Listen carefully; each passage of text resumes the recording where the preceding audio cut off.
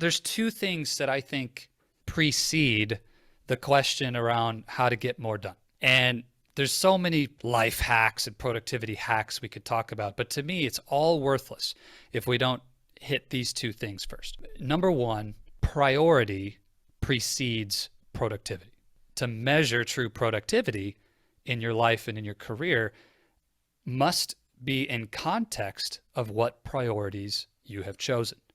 So if you're getting a lot done on something that is not a priority, I would tell you as a coach, you're not being productive at all because you're not doing the right things. And so the first question is, well, hold on. Before we even talk about getting more done, do you have clarity on what are the most important priorities for you, not just at work, but in the context of your whole life?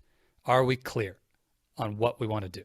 So what before how? The second piece, even if we have that clarity, is that as engineers, we get taught about productivity in a scientific way, a factory physics kind of way. How many widgets can we produce per hour? How many tasks can I get done per hour? We're always measuring productivity as an amount of something done per some unit of time, because that is the definition in a sense from everything we learn in school, and it's how we think about productivity. That's the mindset we're taught.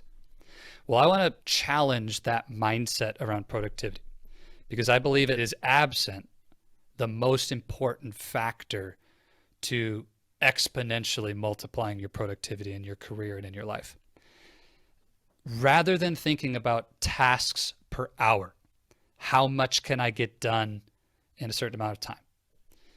I want you to think about the amount of energy that you're bringing to the task in that same amount of time. We're not an assembly line. We're doing work that involves the mind. We're solving complex problems. We're connecting dots. We're working in the space of thought for the most part. Now, even if you're a manufacturing engineer, the work and the value that we add is not actually building the widget or shooting the screws, right?